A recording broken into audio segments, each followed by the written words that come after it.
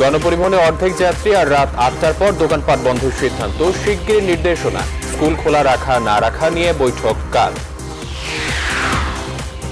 নারায়ণগঞ্জ নির্বাচনী প্রচারণা তুঙ্গে দুর্নীতি সিন্ডিকেট গড়ে উঠেছে অভিযোগ তৈমুরের। মিথ্যাচারে জনগণকে বিভ্রান্তির চেষ্টা বলছেন আইভি।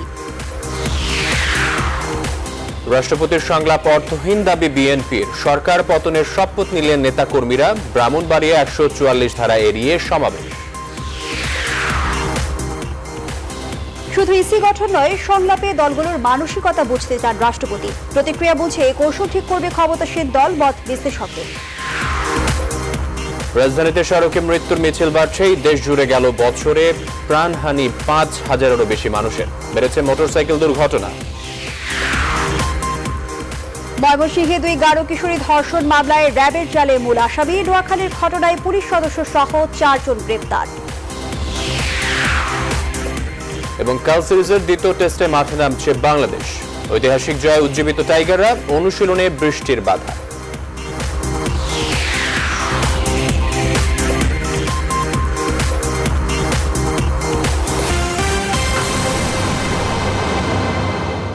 রেইনবো অ্যান্টিব্যাকটেরিয়াল পেইন্টস এর SBIT টেকনোলজি দেয়ালকে রাখে সুরক্ষিত বছরের পর বছর।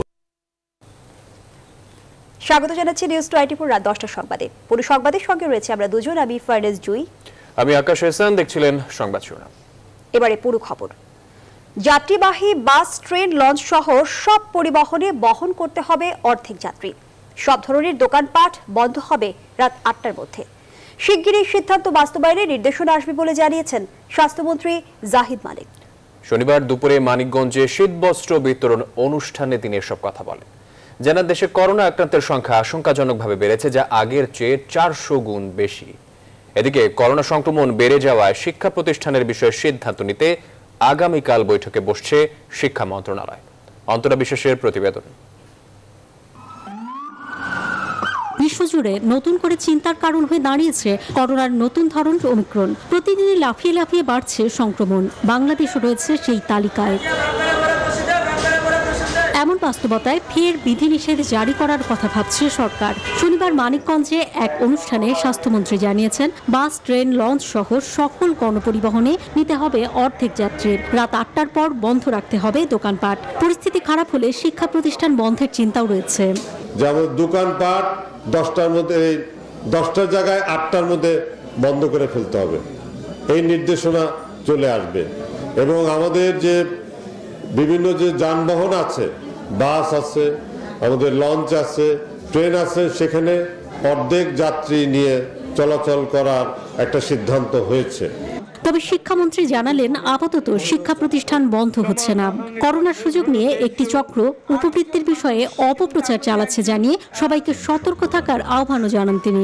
আমরা শিক্ষা প্রতিষ্ঠান বন্ধ করতে চাই না, বরং আমরা চাই আমাদের প্রতিটি শিক্ষার্থী যেন টিকা নিয়ে আমাদের প্রতিষ্ঠানে, শিক্ষা প্রতিষ্ঠানে আসে। এদিকে করোনা মোকাবেলায় কয়েকটি সুপারিশ করেছে কোভিড-19 সংক্রান্ত জাতীয় কারিগরি পরামর্শক কমিটি। সুপারিশে বলা হয়, শিক্ষার্থী সহ সকলকে ভ্যাকসিনের আওতায় আনতে হবে। মোবাইল কোর্ট পরিচালনার পরামর্শও দিয়েছে কমিটি। 2-1 দিনের ভিতরেই এই নির্দেশনা জারি হবে এবং আগামী এই 1 সপ্তাহের ভিতরে হয়তো এই কার্যক্রমগুলো শুরু হবে। স্বাস্থ্যবিধি মেনে চলার পাশাপাশি সামাজিক, ধর্মীয় ও রাজনৈতিক সমাবেশ বন্ধেরও আহ্বান জানিয়েছে কারিগরি পরামর্শক কমিটি। সংক্রমণ মোকাবেলায় হাসপাতালগুলোরও প্রস্তুত থাকার আহ্বান তাদের। অন্তরা বিশ্বাস, নিউজ 24, ঢাকা। আসসালামু আলাইকুম। ইঞ্জিনিয়ার সাহেব বসেন। শোনো, ভালো রড লাগবে। স্যার, বাড়ি বানাতে এই রডই নেন। না, এটা চলবে না। এটাই তো দেশ সেরা। আরে দেশের সেরা তো সবাই বলে, আমার চাই বিশ্ব সেরা।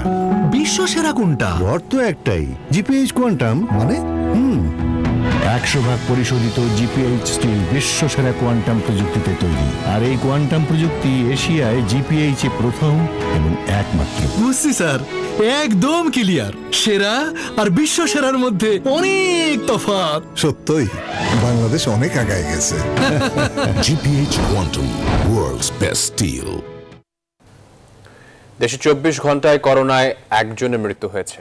নতুন শনাক্ত হয়েছেন 1116 জন। শনাক্তের হার বেড়ে দাঁড়িয়েছে 5.79%। করোনা এ পর্যন্ত দেশে 28,099 জনের মৃত্যু হয়েছে। এ নিয়ে শনাক্তের সংখ্যা দাঁড়িয়েছে 15,92,209 জনে। শনিবার স্বাস্থ্য অধিদপ্তরের সংবাদ বিজ্ঞপ্তিতে এসব তথ্য জানায় তারা। 24 ঘন্টায় নমুনা পরীক্ষা করা হয়েছে 19,275টি। নতুন 154 জন সহ মোট সুস্থ হয়েছেন 15,50,688 জন। 24 ঘন্টায় মারা যাওয়া নারী চট্টগ্রাম বিভাগের।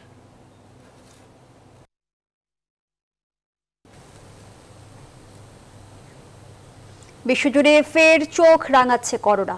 সংক্রমণ বাড়ছে উদ্বেগজনক হারে। গত 24 ঘন্টায় প্রায় 27 লাখ মানুষের দেহে মিলেছে কোভিড-19। প্রাণঘাতী ভাইরাসে জর্জরিত যুক্তরাষ্ট্রে রেকর্ড সংখ্যক রোগী শনাক্ত হয়েছে। সেখানে ঝুঁকিতে আছেন শিশুরাও। আর 7 মাসের সর্বোচ্চ সংক্রমণ ভারতে। করোনা ঘিরে দেশটিতে বাড়ছে বিধিনিষেধের বেড়াজাল।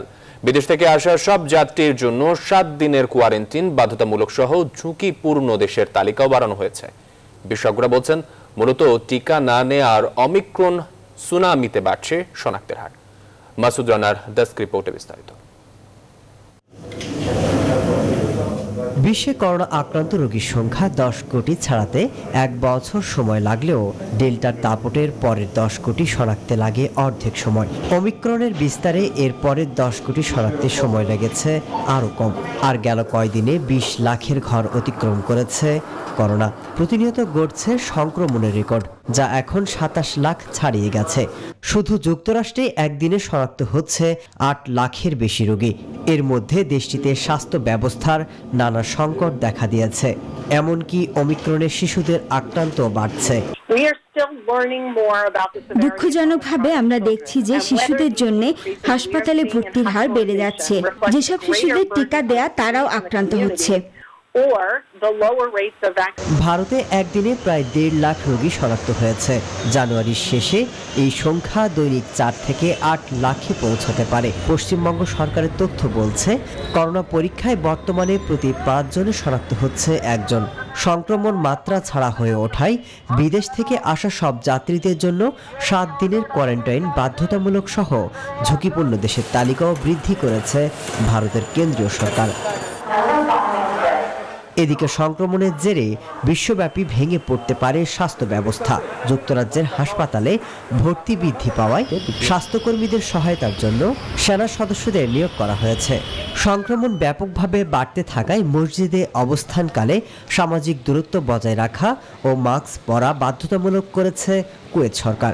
এদিকে মূলত টিকা না নেওয়া ব্যক্তি ও ওমিক্রনের সুনামিতে আবারও করোনা রোগী শনাক্তের হার বৃদ্ধি পাচ্ছে বলে মনে করছেন বিশ্লেষকরা। মাসুদ রানা, নিউজ 24। নারায়ণগঞ্জ সিটি নির্বাচনের খবর। নারায়ণগঞ্জ সিটিতে নির্বাচনী প্রচারণা এখন তুঙ্গে। প্রতিশ্রুতির ডালা নিয়ে ভোটারদের দুয়ারে দুয়ারে ছুটছেন প্রার্থীরা, আবার একে অন্যের বিরুদ্ধে ছুটছেন অভিযোগের তীর। স্বতন্ত্র প্রার্থী তৈমুর আলম খন্দকারের অভিযোগ, গেল 10 বছর উন্নয়নের বদলে দুর্নীতিবাজদের সিন্ডিকেটে বন্দী ছিল প্রাচ্যের ডান্ডি। তবে আওয়ামী লীগ প্রার্থী সেরেনা হায়াত আইভি বলেছেন, মিথ্যাচার করে জনগণকে বিভ্রান্ত করতে চাচ্ছেন তৈমুর। নির্বাচনের সামনে রেখে ভোটাররাও করছেন নানা হিসাব নিকাশ। আরিফুল শাকিরের রিপোর্ট। রাস্তার ধার, বাড়ির উঠান কিংবা মোড়ের চায়ের দোকান, নারায়ণগঞ্জের সবখানে এখন একটাই আলোচনা, কেমন হবে নির্বাচন, কে আসছেন মেয়র পদে। নারায়ণগঞ্জের 27টি ওয়ার্ডে এখন পর্যন্ত কোনো অপ্রীতিকর ঘটনার খবর পাওয়া যায়নি, যা নির্বাচনের মাঠকে উৎসবে পরিণত করেছে। মানুষ বলছে, পরিবেশ ভালো থাকলে কেন্দ্রে যাবেন তারা। সৎযোগ্য ব্যক্তি আছে, ওনাদেরকে ভোট দেব। মশার উৎপাত, কিছু সড়কে ধীরগতি উন্নয়নের কাজ, পানির বিল আর কর বৃদ্ধি ভোটের মাঠে এবারের বড় ফ্যাক্টর বলছেন সাধারণ মানুষ। মশায় কামড়াই দেয়নি, অবস্থা করছে কি, কোন একটা মেয়রের জায়গায় কোনো ওষুধ দেয় না। পানির বিল কমাই বহুত দূরের কথা, পানির বিল বাড়াই দিছে। যে কাজ করে তার কিছু না কিছু ভুল থাকেই, কাজ যে করে না তার কোনো ভুলও নাই। যা কাজ আছে এগুলো কাজ করছে, ছেলেমেয়ে ভদ্র ভালো। বিএনপি থেকে অব্যাহতি পাওয়া স্বতন্ত্র প্রার্থী তৈমুর আলম খন্দকার বলেছেন, ঠিকাদার সিন্ডিকেট আর জলাবদ্ধতার কারণে নৌকার প্রার্থী থেকে মুখ ফিরিয়ে নিয়েছে জনগণ। সিটি কর্পোরেশনকে একটা সিন্ডিকেটে পরিণত করা হয়েছে, ঠিকাদারদের সিন্ডিকেট। এই সিন্ডিকেটের ভাঙ্গার জন্য নারায়ণগঞ্জ একত্রিত হয়েছে। বিএনপির একটা দল, এরকম আরো অনেক দল আছে, সবাই এখন আমার সাথে। এমন অভিযোগ বিরোধী পক্ষে প্রচারণা মন্তব্য করে নৌকার প্রার্থী বলেছেন, গত 10 বছরে নানা সীমাবদ্ধতার পরও এগিয়ে গেছে নারায়ণগঞ্জ মহানগর। এবার সেই অগ্রগতি থামিয়ে দিতে বিভিন্ন রাজনৈতিক প্রতিপক্ষ একজোট হয়েছে। আমি নির্বাচন করি জনতার শক্তি নিয়ে, জনতাই আমার শক্তি, দল আমার মনোবল, সবকিছু মিলে আমি নির্বাচন করি। সে জনতার ক্যান্ডিডেট না, সে বিএনপিরও ক্যান্ডিডেট না। নারায়ণগঞ্জের একটি হোটেলে এক মতবিনিময় সভায় আওয়ামী লীগের কেন্দ্রীয় নেতারা নৌকার প্রার্থীর পক্ষে সবাইকে কাজ করার আহ্বান জানিয়েছেন। নারায়ণগঞ্জ মাটি মানুষের নেতা আরিফিন শাকিল, নিউজ 24, নারায়ণগঞ্জ। রাষ্ট্রপতির সংলাপকে অর্থহীন দাবি করেছে বিএনপি। নেতারা বলছেন, বর্তমান সরকার আবারও ক্ষমতায় যেতে নানা কলা কৌশলের ছকাচ্ছে। ইসি গঠন নয়, নির্বাচনকালীন সরকার চেয়ে রাজপথে আন্দোলন জোরদারের হুঁশিয়ারি দিয়েছে দলটি। সংকট উত্তরণে খালেদা জিয়াকে মুক্তি দিয়ে নিরপেক্ষ সরকারের হাতে ক্ষমতা ছাড়ার দাবি জানিয়েছেন দলটির মহাসচিব মির্জা ফখরুল ইসলাম আলমকে। তৌহিদ শান্তর প্রতিবেদন। বিএনপি চেয়ারপারসন খালেদা জিয়ার মুক্তির দাবিতে শনিবার সকালে মানব সমাবেশের আয়োজন করে নারী ও শিশু অধিকার ফোরাম।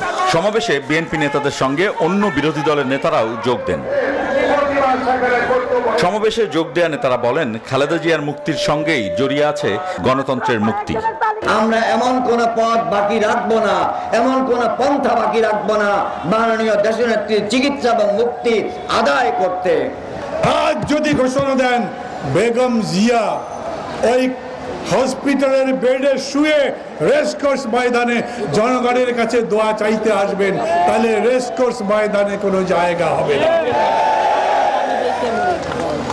এই কারণে বেগম জিয়ার চিকিৎসার ব্যবস্থা ওরা করবে না। সময় থাকতে আপনার নেত্রীকে নিয়ে এবার কি আর হসপিটালে খালেদা জিয়ার পায়ে ধরে ক্ষমা চান? যদি ভবিষ্যতে শান্তিতে স্বস্তিতে থাকতে চান, বাঁচতে চান। বিএনপি মহাসচিব বলেন, রাষ্ট্রপতির সংলাপে ইতিবাচক পরিবর্তন সম্ভব নয়। ইতোমধ্যেই অনেক দল তা বর্জন করেছে। সংলাপ রাষ্ট্রপতি ডেকেছেন, কিসের সংলাপ? এই সংলাপ ইতিমধ্যেই অধিকাংশ রাজনৈতিক দল বর্জন করেছে, পরিষ্কার করে বলেছে যে এই সংলাপে কোনো লাভ হবে না, অর্থহীন সংলাপ। কারণ নির্বাচন কমিশনের কিছুই করার নাই যদি নির্বাচনকালীন সময়ে সরকার যদি নিরপেক্ষ না হয়। এদিকে খালেদা জিয়ার মুক্তির দাবিতে ব্রাহ্মণবাড়িয়াতে ডাকা 9 জানুয়ারির সমাবেশ ঘিরে সমাবেশ স্থলে 144 ধারা জারি করেছে স্থানীয় প্রশাসন।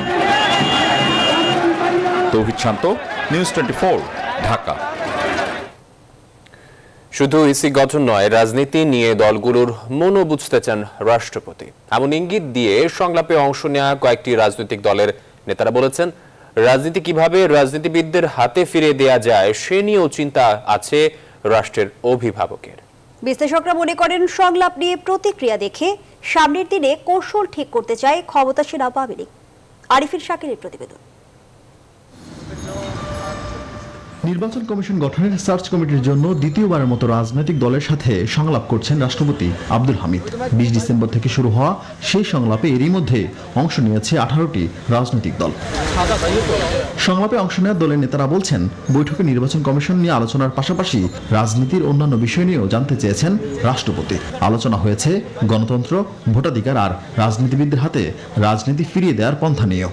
আমাদের একটা সুষ্ঠু ধারার একটি কার্যকর একটি গণতান্ত্রিক নির্বাচনের মধ্য দিয়ে একটি গণতান্ত্রিক সরকার প্রতিষ্ঠিত হোক, এটা উনি চান। ওনার অভিব্যক্তিতে আমার কাছে মনে হয়েছে এটার ভিতর দিয়ে একটা রাজনৈতিক আবহাওয়া সৃষ্টি হোক, একটা রাজনৈতিক ইন্টারাকশন ডেভেলপ করুক, যে ইন্টারাকশনের মধ্য দিয়ে ডেমোক্রেটিক কিছুটা হলেও রেস্টোর করা যায় কিনা। সার্চ কমিটি নাকি অধ্যাদেশ জারি করে নির্বাচন কমিশন গঠন হবে, এ নিয়েও আলোচনা আছে রাজনৈতিক অঙ্গনে। বিশ্লেষকরা মনে করেন, সংলাপের মাধ্যমে আগামী দিনে রাজনীতির কৌশল নির্ধারণ করতে চায় আওয়ামী লীগ। আনুষ্ঠানিকভাবে রাষ্ট্রপতিকে তারা কে কি বলছেন সেখানে হয়তো তাদের মন বোঝার একটা চেষ্টা আছে, সেখান থেকেও তারা ফিডব্যাক নিতে পারেন সরকার বা সরকারি দল। সেই ফিডব্যাক নিয়ে তারা তাদের স্ট্র্যাটেজিও ঠিক করতে পারে কোন দিকে যাবে। আলোচনাটা শুরু হচ্ছে ইসিকে কেন্দ্র করে, কিন্তু আলোচনাটা এর ভেতরেই সীমাবদ্ধ থাকবে না। এটা সম্পূর্ণ রাজনৈতিক প্রক্রিয়া এবং রাজনৈতিক ব্যবস্থাকে নিয়েই আস্তে আস্তে আগাচ্ছে। রাজপথে বিরোধী দল বিএনপি রাষ্ট্রপতির সংলাপে না যাওয়ার সিদ্ধান্ত নিয়েছে।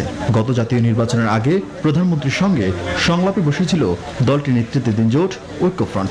সংলাপে আলোচনা চাইতে এবার এখন পর্যন্ত রাজপথে বেশি সক্রিয় থাকার চেষ্টা করছে বিএনপি। তাদের যুক্তিটা খুব গুরুত্বপূর্ণ। তারা বলে যে গিয়ে তো লাভ নাই, যে নির্বাচন কমিশন হবে সেটা তো প্রিডিটারমিন্ড, প্রধানমন্ত্রীর অফিস ঠিক করে দিবে। সুতরাং তারা না যাওয়াতে এই সংলাপটা অনেকটাই জৌল সারিয়েছে। এখন শেষ মুহূর্তে কোনো নেগোসিয়েশন হয় কিনা বিএনপি যাওয়ার, কারণ মুখ রক্ষার কারণে। এর আগে দুইবার নির্বাচন কমিশন গঠনে রাষ্ট্রপতির সংলাপে অংশ নিলেও এবার না যাওয়ার ঘোষণা দিচ্ছে বিএনপির কাছাকাছি থাকা দলগুলো। আরিফিন শাকিল, নিউজ 24, ঢাকা। রাজধানীতে সড়কে মৃত্যুর মিছিল বাড়ছেই। বাস চাপায় আবারও গেল পথচারীর প্রাণ। শনিবার সকালে রাজধানীর গুলিস্তান এলাকায় মেঘলা পরিবহনের চাপায় নিহত হয়েছেন 2 জন। এছাড়া আহত হয়েছেন আরও 3 জন। দুর্ঘটনার পর পালিয়ে গেছেন বাস চালক ও তার সহকারী। বিস্তারিত রিপোর্টে। রাজধানীর গুলিস্তান মেয়র হানিফ ফ্লাইওভারের টোল প্লাজা এলাকা। শনিবার আনুমানিক সকাল 9টার দিকে মেঘলা পরিবহনের একটি বাস হঠাৎই পথচারীদের চাপা দেয়। এ ঘটনায় 2 জন নিহত ও 3 জন আহত হয়। খবর পেয়ে ঘটনাস্থলে আসে ফায়ার সার্ভিস ও সিভিল ডিফেন্সের একটি দল। নিহতদের লাশ উদ্ধার করে দেওয়া হয় পুলিশ হেফাজতে। সেই সাথে আহতদের স্থানীয় হাসপাতালে চিকিৎসার জন্য পাঠানো হয়। বিক্ষুব্ধ জনতা বাসটি ভাঙচুরের চেষ্টা করে, তবে বাসের চালক ও সহযোগী পালিয়ে যায়। বাসটি রেকারে করে থানায় দেওয়া হয়েছে। স্থানীয়রা জানান, অধিক গতিতে বাসটি মূল সড়ক থেকে বাঁ পাশে চলে আসে। ফ্লাইওভার উপরে গাড়ি থেকে অসংখ্য পথচারী গাড়ি থেকে নেমে হেঁটে আসে। তখন গাড়িটা ফেক করার পরে সর্ববামের লেনের বাম পাশে সে গাড়িটা বামে সাইড হয়ে যায় এবং পরবর্তী পর্যায়ে যারা পথচারী ছিল তারা গাড়ির নিচে চাপা পড়ে এবং ঘটনাস্থলে গাড়ির নিচে 2 জন পথচারী মারা যায়। নিহত 2 জনই পুরুষ, তবে তাদের নাম পরিচয় জানা যায়নি। নয়ন বিশ্বাস, নিউজ 24। 2021 সালে সারা দেশে সড়ক দুর্ঘটনা ঘটেছে 5371টি, যেখানে নিহত হয়েছেন 6284 জন। দুর্ঘটনাগুলোর বেশিরভাগ সময়ই সকালে। শনিবার ঢাকা রিপোর্টার্স ইউনিটিতে রোড সেফটি ফাউন্ডেশন আয়োজিত সংবাদ সম্মেলনে তুলে ধরা হয় সড়ক দুর্ঘটনা নিয়ে এই পরিসংখ্যান। অন্যদিকে জাতীয় প্রেস ক্লাবে সড়ক দুর্ঘটনার পরিসংখ্যান নিয়ে বিভ্রান্তি কমাতে সরকারি উদ্যোগের দাবি জানিয়েছে নিরাপদ সড়ক চাই সংগঠন। আলী তালুকদারের প্রতিবেদনে বিস্তারিত।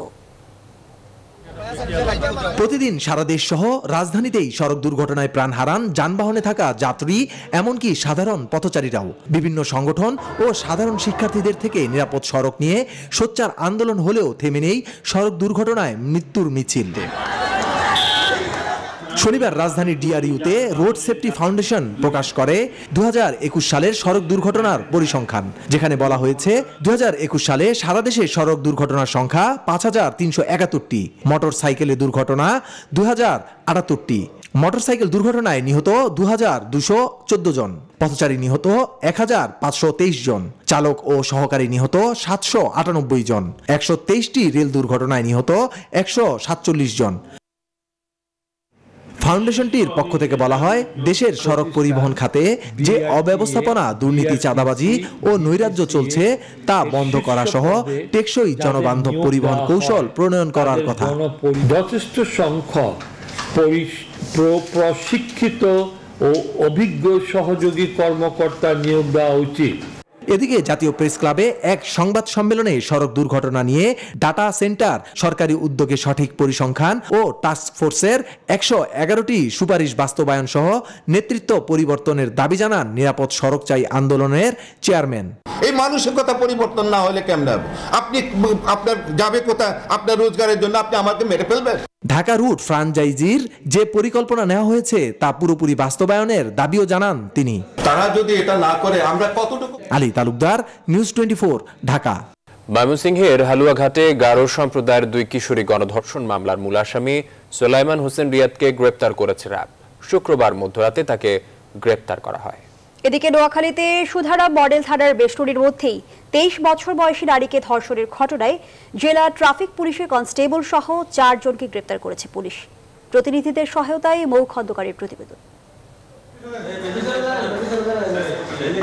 27 ডিসেম্বর রাতে ময়মনসিংহের হালুয়াঘাটের গাজীরভিটা ইউনিয়নের একটি গ্রামে বিয়ের অনুষ্ঠান থেকে ফেরার পথে সংঘবদ্ধ ধর্ষণের শিকার হন 2 স্কুল ছাত্রী। ওই রাতেই ধর্ষণের শিকার স্কুল ছাত্রীর বাবা বাদী হয়ে 10 জনের বিরুদ্ধে মামলা করেন। এতে প্রধান আসামি করা হয় স্থানীয় প্রাক্তন ইউপি সদস্য আব্দুল মান্নানের ছেলে সুলাইমান হোসেন রিয়াদকে। শনিবার দুপুরে সংবাদ সম্মেলনে র্যাবের লিগ্যাল অ্যান্ড মিডিয়া উইং পরিচালক বলেন, ভোরে ময়মনসিংহের হালুয়াঘাটে অভিযান চালিয়ে রিয়াদকে গ্রেফতার করা হয়। পরবর্তীত এবং পাশবিক এই ঘটনার প্রেক্ষিতে র্যাব গোয়েন্দা কার্যক্রম শুরু করে এবং র্যাব প্রাথমিকভাবে আজকে মধ্যরাতে সুলাইমান হোসেন রিয়াদ তাকে গ্রেফতার করতে সক্ষম হয়। র্যাব আরও জানায়, আগেও রিয়াদ এমন ঘটনা ঘটিয়েছে যা সালিশি বিচারে সমঝোতা হয়। সে এলাকায় একটি চিহ্নিত বখাটে সন্ত্রাসী বা ছেলে হিসেবে পরিচিত। ইতিপূর্বে সে আইন শৃঙ্খলা বাহিনীর হাতে মাদক সহ সে গ্রেফতার হয়েছে এবং তার বিরুদ্ধে এলাকায় ইফটিজিং সহ বিভিন্ন সময় মেয়েদের বা মানুষকে উত্ত্যক্ত করার, চাঁদাবাজি, ছিনতাইয়ের বিভিন্ন অভিযোগ রয়েছে। এদিকে নোয়াখালীর সুধারাম মডেল থানার বেষ্টনীর মধ্যেই 23 বছর বয়সী নারীকে ধর্ষণের ঘটনায় 4 জনকে অভিযুক্ত করে মামলা করেছেন ভুক্তভোগীর মা। একটা আমাকে ইউজ করছে, আরো 5 জন ব্যক্তি আসছে, ওই 5 জনকে আমি চিনি না, জাস্ট ওদের মুখ দেখলাম চিনবো। আবার আমার তারা ফোন দিবে, আমি ফোন দিলে আসতে হবে, আসলে কাজ করে চলে যাবো, আমার 1000 টাকা দেবে। আমি বলছি যে না, আমি কিছু করবো না, আমার জিনিসগুলো দেন। এই ঘটনায় জেলা ট্রাফিক পুলিশের কনস্টেবল সহ 4 জনকে গ্রেফতার করেছে পুলিশ। আমরা ঘটনা শোনার সাথে সাথে আমরা ব্যবস্থা নিচ্ছি এবং আসামি গ্রেফতার করছি 4 জন যারা জড়িত ছিল। 1 জন দর্শন করছে আর 3 জন সহায়তা করছে। আমরা 4 জনকে অ্যারেস্ট করছি। বৃহস্পতিবার বিকালে সুধারাম থানার বেষ্টনীর মধ্যে জেলা ট্রাফিক পুলিশের কোয়ার্টারে বাবুর্চি আবুল কালামের কক্ষে এই ধর্ষণের ঘটনা ঘটে। মৌ খন্দকার, নিউজ 24, ঢাকা। রাজধানীর ডেমরায় করিম জুট মিলস প্রাঙ্গণে 1000 অসহায় দুস্থ মানুষদের মাঝে শীতবস্ত্র বিতরণ করেছেন সেনাপ্রধান জেনারেল SM শফিউদ্দিন আহমেদ। এ সময় তিনি বলেন, শীতবস্ত্র বিতরণ ছাড়াও সেনাবাহিনী মেডিকেল টিম বিনামূল্যে মানুষের স্বাস্থ্য সেবা প্রদান করছে। বাংলাদেশ সেনাবাহিনীর দেশমাতৃকার সেবায় সর্বদা নিয়োজিত রয়েছে। যে কোনো দুর্যোগ পরিস্থিতি মোকাবেলা এবং দেশের সকল প্রয়োজনে বাংলাদেশ সেনাবাহিনী সাধারণ মানুষের পাশে থেকে দেশ গঠনে তাদের নিরলস প্রচেষ্টা অব্যাহত রাখবে বলেও জানান তিনি। শীতবস্ত্র বিতরণ অনুষ্ঠানে এছাড়াও উপস্থিত ছিলেন সেনাবাহিনীর 8 ডকের GOC lieutenant general SM Matiur Rahman সহ সেনাবাহিনীর ঊর্ধ্বতন কর্মকর্তা সহ বিশিষ্টজনেরা।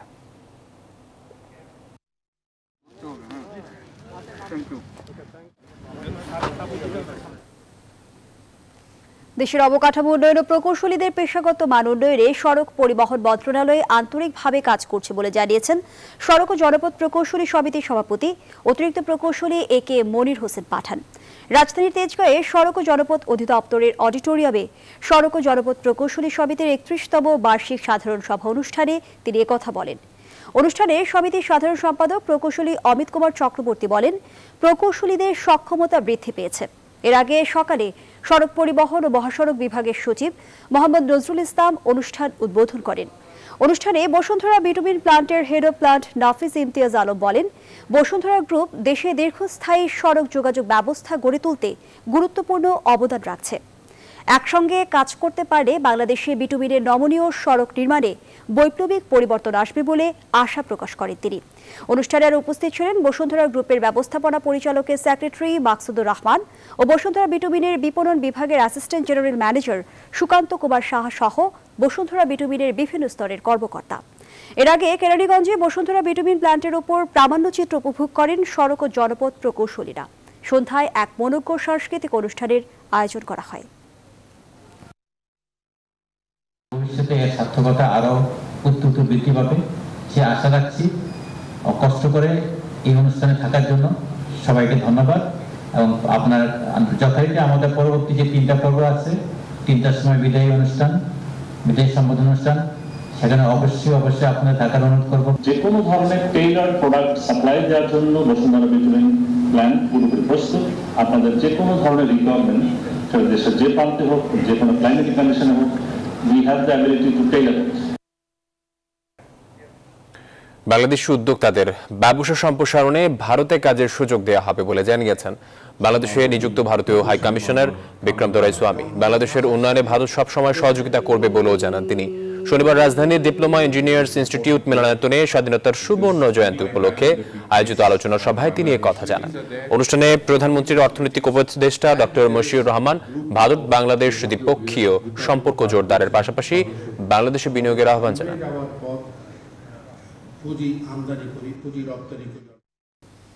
এবার ফার্স্ট সিকিউরিটি ইসলামী ব্যাংক অর্থ বাণিজ্যের সংবাদ।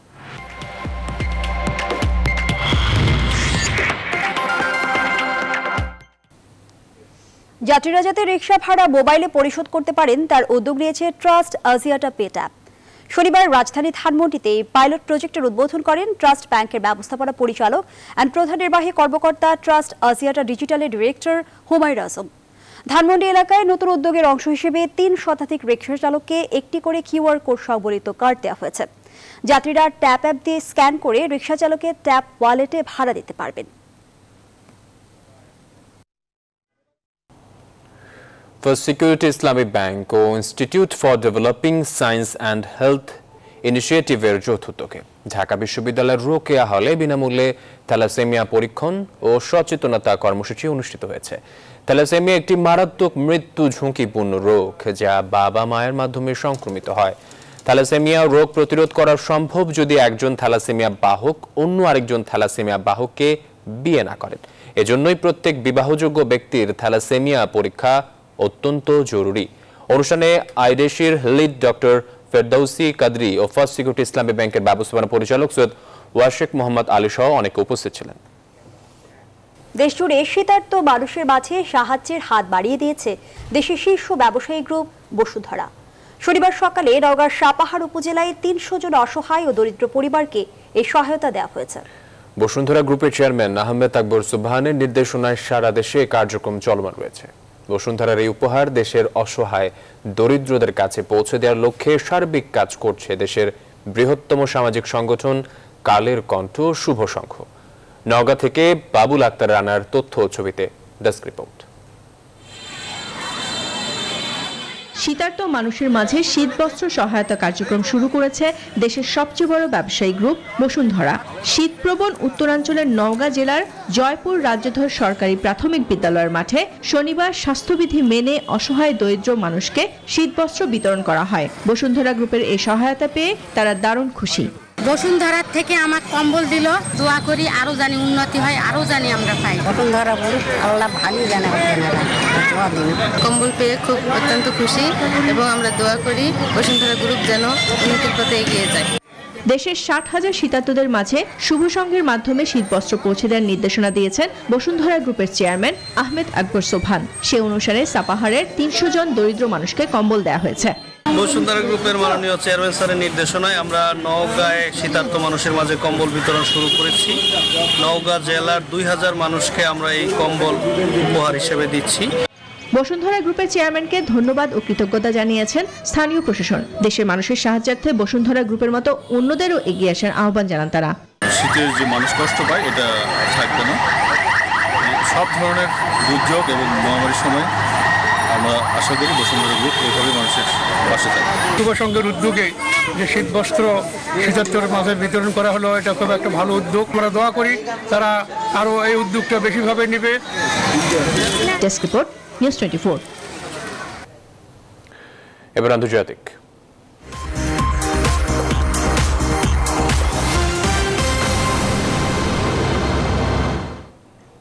পাকিস্তানের পাঞ্জাবে গেইলাত এলাকায় ভারী তুষারপাতে গাড়ির ভেতর আটকা পড়ে অন্তত 21 পর্যটকের মৃত্যু হয়েছে।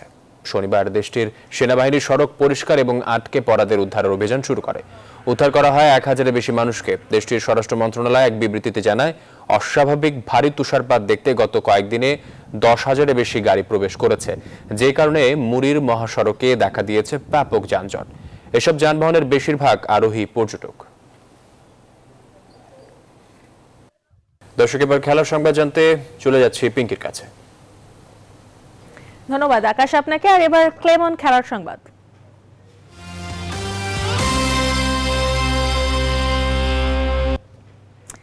আগামীকাল ক্রাইস্টচার্চে শুরু হচ্ছে বাংলাদেশ নিউজিল্যান্ড 2 ম্যাচ সিরিজের দ্বিতীয় শেষ টেস্ট। প্রথম টেস্ট জিতে সিরিজে 1-0-তে এগিয়ে আছে বাংলাদেশ। তবে দ্বিতীয় টেস্ট ম্যাচের আগে বৃষ্টি বাধায় মাত্র একদিন অনুশীলন করতে পেরেছে বাংলাদেশ দল। টাইগার কোচ রাসেল ডোমিঙ্গো আশা করছেন দ্বিতীয় ম্যাচও বাংলাদেশের সামনে বড় সুযোগ প্রথম টেস্টের পুনরাবৃত্তির। আর কিউই অধিনায়ক লাথাম বলছেন নতুন ভেন্যু আর কন্ডিশনে শুরুটা নতুন করে করবেন তারা। তামিমুর রহমানের রিপোর্টে দেখব বিস্তারিত। শেষ কবে এতটা চনমনে টকবকে ফুরফুরে মেজাজে হেড কোচ রাসেল ডোমিঙ্গোকে দেখেছেন কেউ? একেই বলে মাঠের পারফরম্যান্স। ক্রিকেটারদের ব্যাট বল যখন কথা বলে তখন হাজারো প্রশ্নবিদ্ধ, বিতর্কিত, সমালোচিত কোচের প্রেস কনফারেন্সে বুক চিতিয়ে আসাটা অনুমেয়ই বটে। তার যে অতীতের সকল ভুল মার্জনীয়। সব ফরম্যাটেই খুব কঠিন সময় পার করছিল বাংলাদেশ, আর গত টেস্টে যেটা হয়েছে সেটা আমাদের ছেলেদের জন্য বড় এক অনুপ্রেরণা, কারণ জয় ওদের প্রাপ্য ছিল। অনেকদিন পরিশ্রম করেছে তারা এই ফলাফলের জন্য। ম্যাচের আগে দ্বিতীয় টেস্টের ভেন্যু ক্রাইস্টচার্চে বৃষ্টি বাধায় মাঠের অনুশীলনে নামা হয়েছে বাংলাদেশের মাত্র একদিন। ফলে এই ম্যাচে যে আবহাওয়া একটা বড় ভূমিকা রাখবে সেটা আর বলার অপেক্ষা রাখে না। আজকে ট্রেনিংটা খুব ভালো ছিল, আর ওয়েদার ওয়াইজ একটু ডিফারেন্ট। এখানে একটু ঠান্ডাটা বেশি এবং উইন্ডটা অনেক স্ট্রং, কিন্তু আজকে ট্রেনিং আমরা যতটুকু পারেছি অ্যাডজাস্ট করছি। আল্লাহর রহমতে এখন আমরা আশাবাদী। এদিকে নিউজিল্যান্ড অধিনায়ক টম লাথাম ফিরতে চান টেস্টে। জয় যখন সম্ভব নয় সেখানে ড্র করে সিরিজ হারের লজ্জা থেকে বাঁচাতে চান কিউইদের। নতুন দিন, নতুন ভেন্যু, নতুন পিচ, নতুন কন্ডিশন, আগের সাথে কোনো মিল নেই। আমরা নতুন করেই শুরু করতে চাই। গেল ম্যাচের যেটা হয়েছে সেটা ক্রিকেটেরই অংশ। তবে কিউইদের এই টেস্টের অনেকটা জুড়েই কিংবদন্তি রস টেলরের বিদায়। সেরার বিদায়টা অবশ্যই সেরাদের মতো করে দিতে চাইছে ক্যাপ্টেন লাথাম। রস সেরাদের একজন, ওর বিদায়টা চমৎকার ভাবে হওয়া উচিত। বোর্ড কিছু কাজ করবে, তবে আমরা মাঠের লড়াই দিয়ে রসকে বিদায় জানাতে চাই। তবে উজ্জীবিত টাইগারদের টার্গেট দ্বিতীয় টেস্টে প্রথম টেস্টের পুনরাবৃত্তি, যাতে করে হয় নতুন ইতিহাসের সৃষ্টি। আল্লাহর রহমতে সবার মানসিকতা এবং প্রিপারেশন ওয়াইজ ভালো অবস্থানে আছি। আমরা আমাদের সেরাটা দিব, অবশ্যই জয়ের জন্যই খেলবো। তো আপনারা সবাই সাপোর্ট করবেন, দোয়া করবেন আমরা যাতে সেরাটা দিয়ে ভালো খেলা উপহার দিতে পারি। তামিমুর রহমান, নিউজ 24। এদিকে 1 বছরের জন্য স্থায়ী কোচ পেয়েছেন জামাল ভুঁইয়ারা। জাতীয় ফুটবল দলের দায়িত্ব তুলে দেওয়া হয়েছে ফিফার প্রো লাইসেন্সধারী স্প্যানিশ কোচ জাভিয়ের ক্যাব্রেরার হাতে। আনুষ্ঠানিকভাবে কথা জানিয়েছে বাফুফে। এদিকে জানুয়ারির ফিফা উইন্ডোতে ইন্দোনেশিয়ার বিপক্ষে তাদের মাটিতে 24 ও 27 জানুয়ারি দুটি প্রীতি ম্যাচ খেলবে বাংলাদেশ জাতীয় ফুটবল দল। আর এই ছিল খেলার সংবাদ। মূল স্টুডিওতে ফিরে যাচ্ছি জুই এবং আকাশের কাছে। পিঙ্কি, আপনাকে ধন্যবাদ। দর্শক, এই ছিল এখনকার সংবাদে। আরো সংবাদ বিশ্লেষণ জানতে ভিজিট করুন news24bd.tv। ধন্যবাদ সবাই।